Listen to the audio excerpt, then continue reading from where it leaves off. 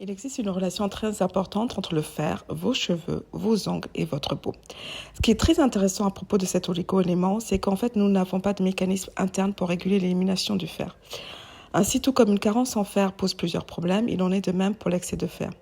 En effet, presque tous les pathogènes ont besoin de fer pour survivre. Et donc, en fait, il y a une énorme compétition entre les microbes et les pathogènes. Alors, comment le fer affecte vos cheveux, vos ongles, votre peau? Alors déjà, la première conséquence d'une carence en fer, c'est que ça va créer un type de peau que l'on appelle en fait la peau pâle, quelle que soit son origine, qu'on soit d'origine européenne ou africaine. On va sentir qu'en fait, on a un teint terne. Vous allez également voir des petites imperfections, comme peut-être des petits points rouges, mais vraiment dans l'ensemble, vous allez voir que votre manque de fer va affecter le teint de votre visage. En ce qui concerne vos ongles, vous allez les trouver cassants si vous souffrez notamment d'une carence chronique en fer. Vous allez voir en fait un petit peu comme une sorte de petite cuillère qui va se former en fait sous la peau des ongles. Donc les cheveux pareil, ils vont perdre leur texture, ils vont devenir cassants. Et ce qu'on constate chez les hommes, c'est qu'il va y avoir une perte de cheveux sur le dessus de la tête. Et chez les femmes, il va plutôt s'agir d'une perte de volume. C'est plutôt le phénomène qu'on constate. Les femmes ont en moyenne, globalement, elles sont plus déficientes en fer que les hommes. Tout simplement parce que les femmes, donc nous avons les règles tous les mois. Donc, nous perdons beaucoup de sang. Et donc, comme le fer fait partie de l'hémoglobine, donc l'hémoglobine fait partie du sang. Et donc, cette perte de sang va générer la perte de fer qui est aussi nécessaire à l'oxygène. C'est-à-dire que vous allez avoir moins d'oxygène qui va alimenter vos cheveux, vos ongles, votre peau. Et quelles sont finalement les causes d'une carence en fer ? Donc, il faut déjà savoir qu'il y a deux types de fer. Il y a ce qu'on appelle le fer héminique, qui est présent exclusivement dans les aliments d'origine animale, donc qui est associé à des protéines comme l'hémoglobine. Et on a le fer non héminique, qui est quant à lui présent dans la plupart des aliments d'origine végétale, mais également un petit peu aussi, bien entendu, au niveau animal. Donc, en ce qui concerne l'efficacité de l'absorption du fer dans l'organisme, on va en parler tout de suite parce que quand vous consommez du fer d'origine végétale, comme des épinards ou des légumineuses comme des haricots, par exemple, l'absorption est beaucoup plus faible. Par exemple, l'absorption des épinards, c'est uniquement 1,5 au niveau du taux d'absorption. Quand vous passez à des haricots, vous passez à 2,2. Quand on passe à du foie de bœuf, tout de suite, le taux d'absorption grimpe à 15. Et quand on passe à la viande rouge, on atteint un taux d'absorption de 21, ce qui est vraiment le maximum. Donc, on voit bien que si on compare la source non héminique à la source héminique, donc d'origine animale, telle que la viande, il y a une grande différence. C'est pour ça qu'en fait, il est difficile d'avoir un apport maximum, donc suffisant de fer, sans la viande, tout simplement. Donc, si vous ne consommez pas du tout de viande rouge, donc je vous recommande une supplémentation de foie de bœuf déshydraté pour les bienfaits en termes de protéines et de vitamine B. Parce qu'en fait, ce qui se passe, c'est qu'il y a, grâce à la présence d'acide chlorhydrique, donc le pH de l'estomac va être régulé entre 1 et 3. Sans cet acide, puisqu'en fait, c'est cette acidité qui a deux fonctions principales. Un, elle permet la stimulation des enzymes digestives, elle permet de décomposer les aliments, mais aussi, elle permet d'éliminer les agents bactériens ou infectieux qui pourraient pénétrer notre organisme par l'alimentation. Donc, si votre estomac n'a pas assez d'acide chlorhydrique, vous n'allez pas absorber le fer parce que c'est un acide qui permet justement au fer d'être soluble et d'être absorbé. Donc, si quelqu'un n'a pas cet acide, il va potentiellement souffrir de brûlures d'estomac et donc ça va être difficile pour lui de digérer la viande rouge. Maintenant, passons à une autre cause fréquente. C'est si vous avez un problème d'inflammation du côlon et de l'intestin. Là, vous allez aussi avoir du mal à absorber le fer. Donc, c'est ce que je dis, toute inflammation de l'intestin bloque l'absorption du fer, que ce soit une maladie de Crohn, une diverticule, un syndrome du côlon, de l'intestin irritable, etc. Donc, pensez, voilà, si vous avez une inflammation de l'intestin, faites attention à la consommation de certains aliments, faites attention à ne pas consommer trop de céréales, trop d'oméga 6, pas d'alimentation raffinée pour justement préserver un maximum de fer dans votre organisme.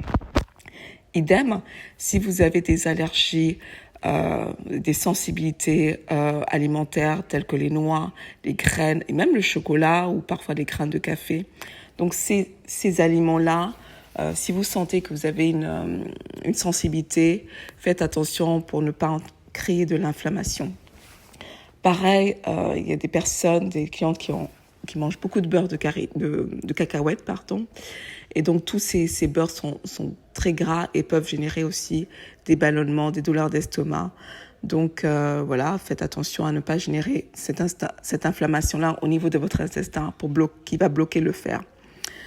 De même, alors j'attire l'attention sur les céréales. Pourquoi ? Parce que les céréales contiennent de l'acide phytique. Donc j'en parle beaucoup dans mes vidéos. En fait, l'acide phytique bloque le fer, donc les nutriments dans l'alimentation. Et donc ça bloque les nutriments, notamment dans les céréales. Donc c'est pour ça que je recommande toujours de faire germer vos noix, germer vos légumineuses, c'est-à-dire de les faire tremper pendant la nuit. Parce que ça va justement éliminer cet acide phytique et donc ça va permettre de conserver tous les nutriments et notamment le fer contenu dans les céréales. Ok, pareil, si vous avez du plomb dans votre corps, ça va bloquer le fer.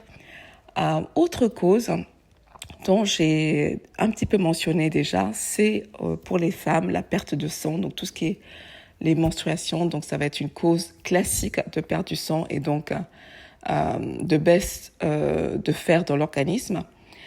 Donc tout type de saignement à l'intérieur de votre intestin va baisser le fer, que ce soit quand vous êtes dans des cas très graves, même le cancer du côlon, ou si vous avez eu un pontage gastrique, et ben tout ça, vous n'allez pas pouvoir absorber le fer.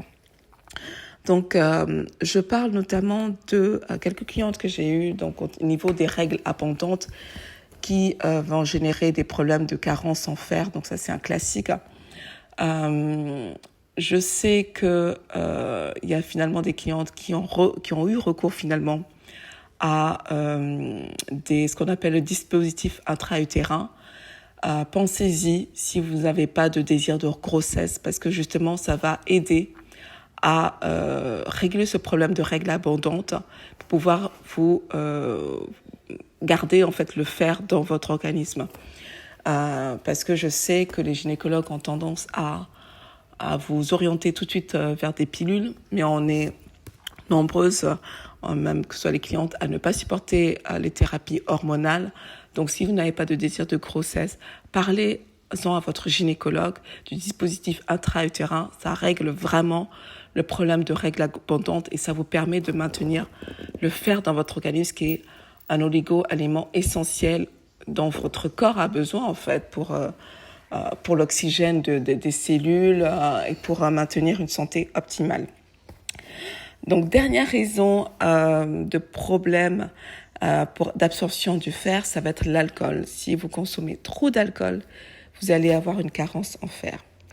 Alors maintenant, on va parler de finalement comment améliorer la texture de vos cheveux. Donc maintenir des cheveux, des ongles, une peau en bonne santé en maximisant le fer dans l'organisme.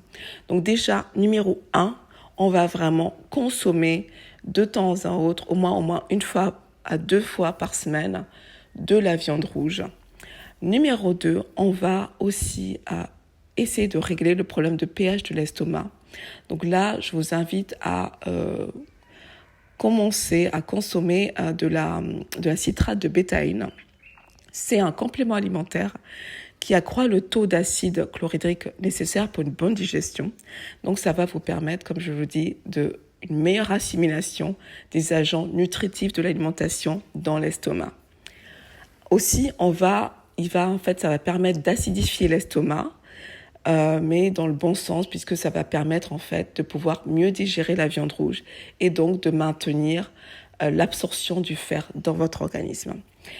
Bien entendu, soyez patient parce qu'il faudra plusieurs semaines, voire plusieurs mois si vous avez vraiment une carence chronique en fer pour pouvoir la corriger. Voilà, donc soyez patient et faites bien attention à des aliments qui peuvent générer de l'inflammation dans l'intestin.